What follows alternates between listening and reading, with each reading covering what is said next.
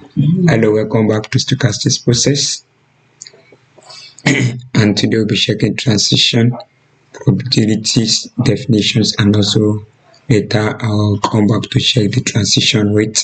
So we'll be taking these two. So before then, let me draw a simple and definitions of our stochastic process here. So in this our stochastic process S of t. So this is the starting point of stochastic process.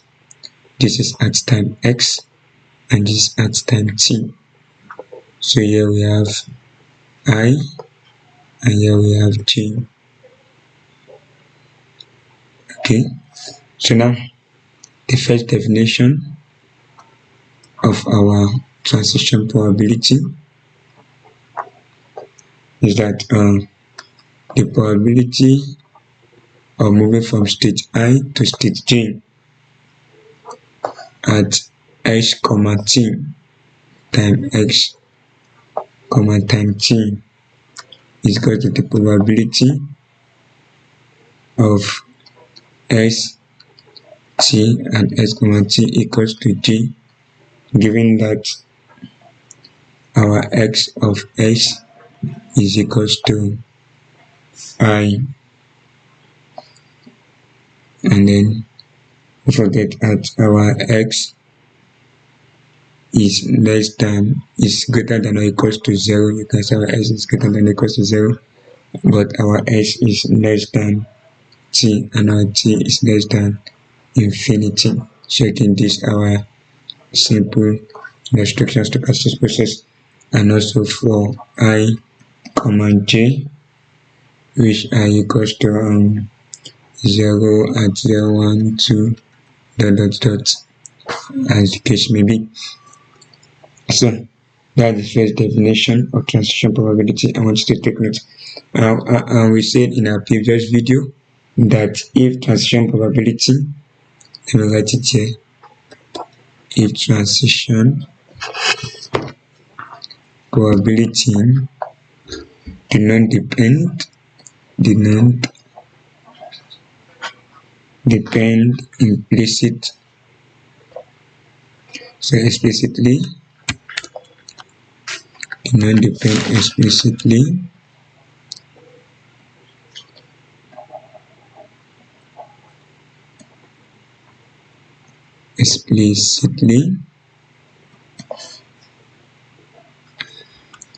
pardon,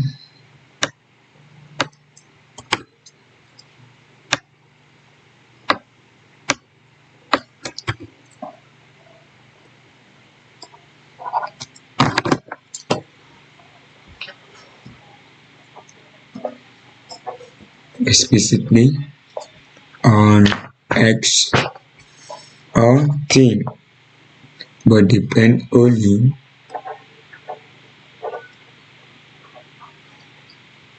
on the length of the time interval, on the length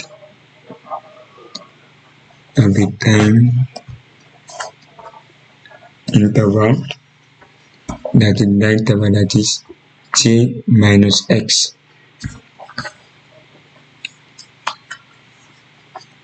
Then they are called, in our previous class, they are called homogeneous transition probability, but here they are called stationary or homogeneous transition probabilities.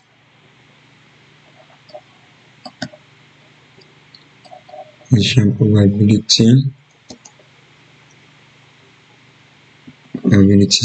or otherwise they are referred to non-stationary or non-homogeneous, but we completely depend on we'll be checking only the homogeneous transition probabilities will be different, which we actually depend only on the length of time interval, which will be the t minus x. So I love you take note of that definition.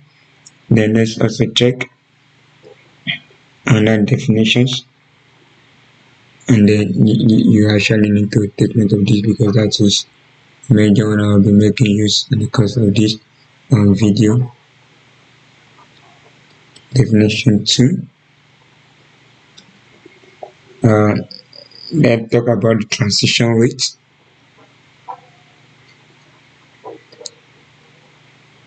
Which will aid our definition for the second transition probability transition rate.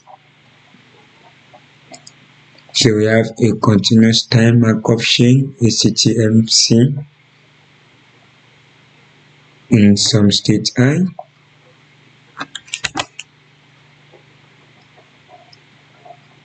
in some state I at time t.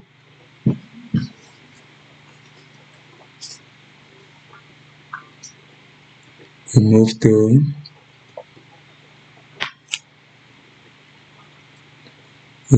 to some other state. State J at rate of Q I J mt per unit time.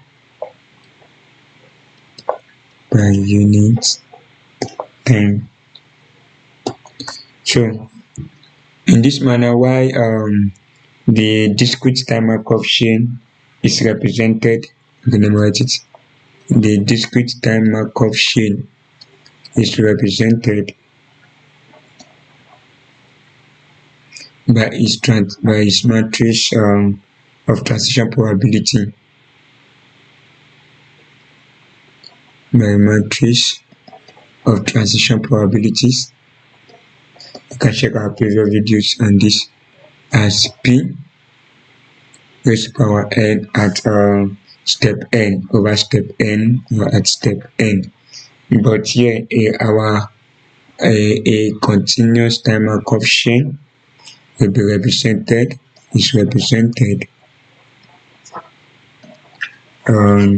by its matrix of transition rate. The transition rate we are going to represent as Q of t at time t. So for the discrete time Markov chain, we have our matrix of transition probability Pn at step n, but in our continuous time Markov chain, we represent it by our matrix of transition rate. The transition probability represent as Q of t at time t. Okay, so for that reason, we have our transition probability for the continuous Markov chain at time t will be equals to, we have summation n equals to 0 to infinity exponential minus lambda t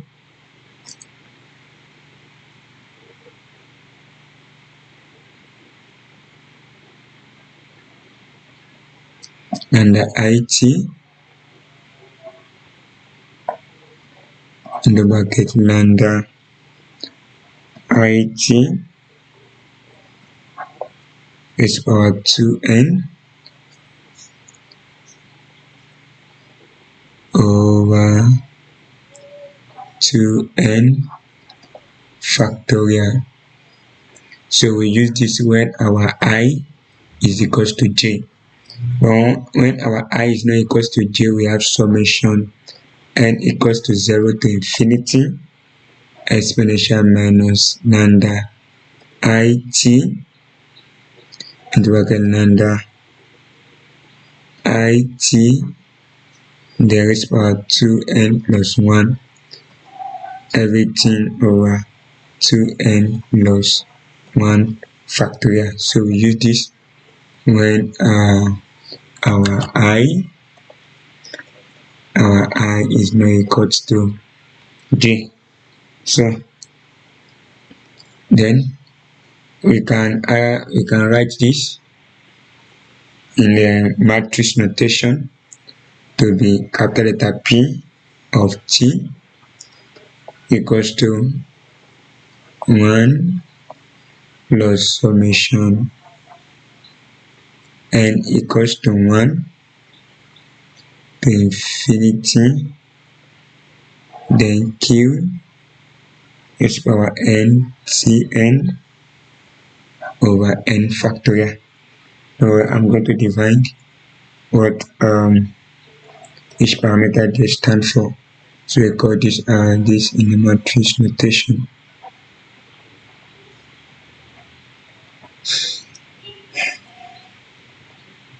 So our Q here is the transition rate.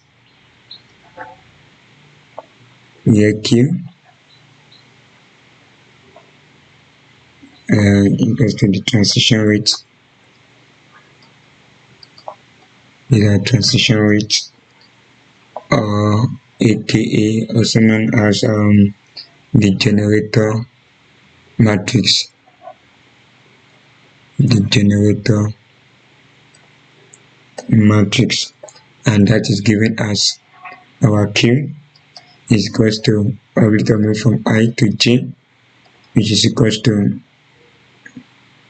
minus lambda I if I is equals to J, and then lambda I probability of moving from I to J times probability of moving after J if our I is not equals to J. So take note of that. And then for in order to make this simple, so you need to take note of this special function, that the summation. Let me change my pen to write that, because maybe in our next video we'll be checking some video that will enhance our knowledge in this continuous time Markov chain. So take note that summation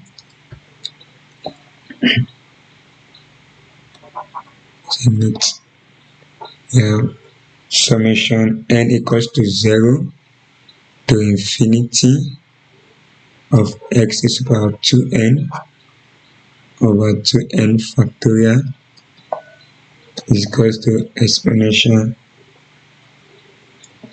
x plus exponential minus x over 2, which is equals to coch x, and also summation n equals to 0 to infinity h2n plus 1 over 2n plus 1 factorial is equals to exponential x minus exponential minus x over 2 is sinh x. So take note of these two special functions that are very, very needful in this particular course.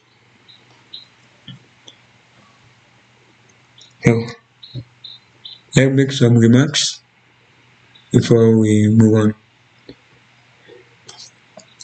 Then we check example.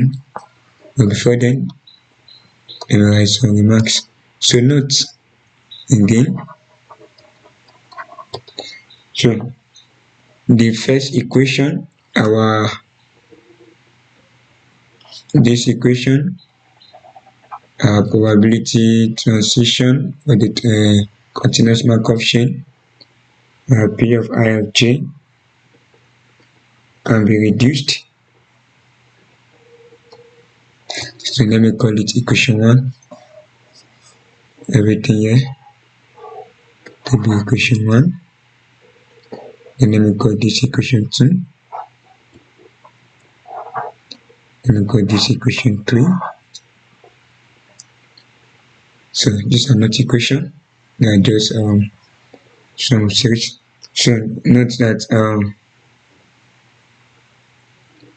so from equation 1 we can deduce that the pi of j, if we differentiate it in respect to the t,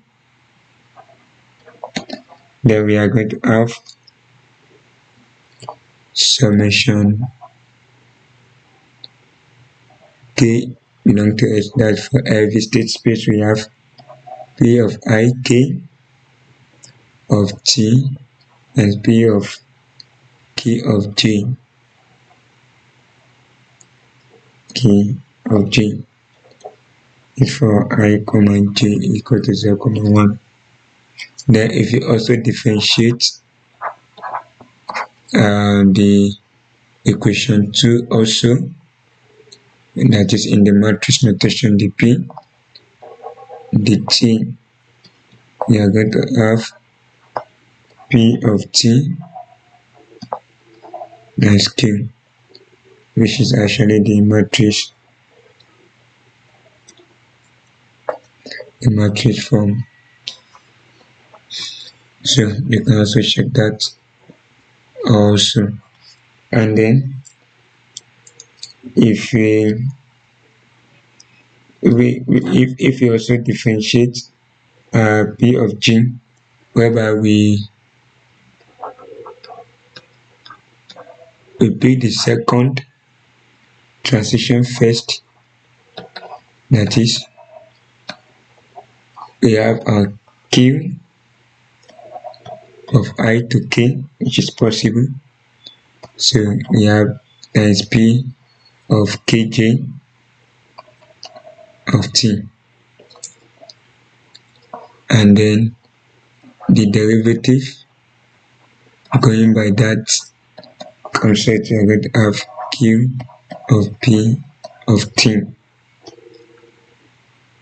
So these are the things you need to take note of. And know that these two equations, this equation star and this equation star, they are called common growth forward and common growth backward equation respectively.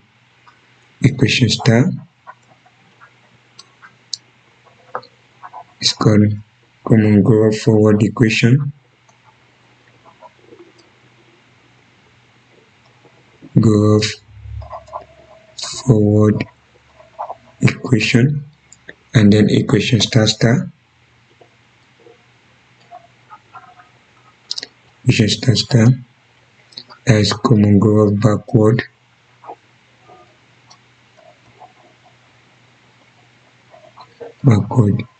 equation.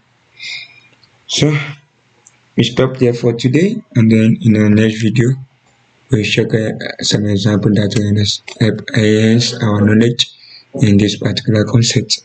Thank you for watching. My name is Sunday and good to see you in the next video.